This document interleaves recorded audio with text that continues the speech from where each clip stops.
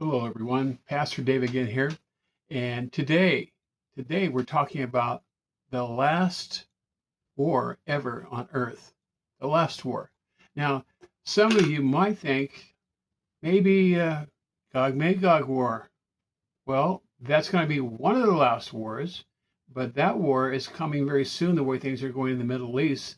And once Israel has security and has no walls and no barriers, and it feels safe and secure from everyone, that war will happen when God just kind of pulls down the Gog-Magog regime from the north, with probably Russia heading up everything, with different Islamic nations that come against Israel, along with Turkey and Libya and Put and so forth, Kush. But that is a different war.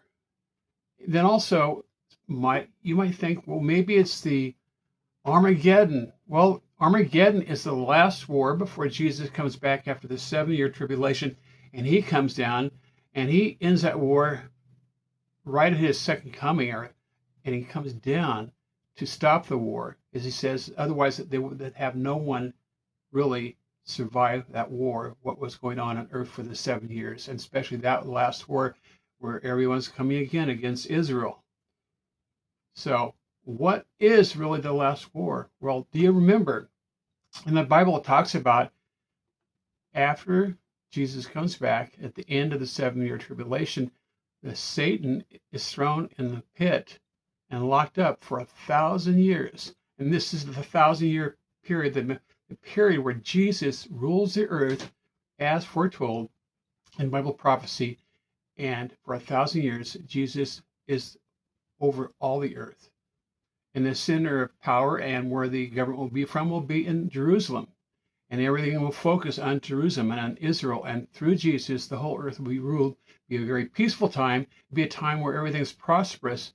But during that time period, you have people that come from the tribulation that survive, the Jews that survive, and they are saved, but they're not perfect. So as they have children, the earth repopulates. Children are born, and they still have a sin nature, just like their parents did.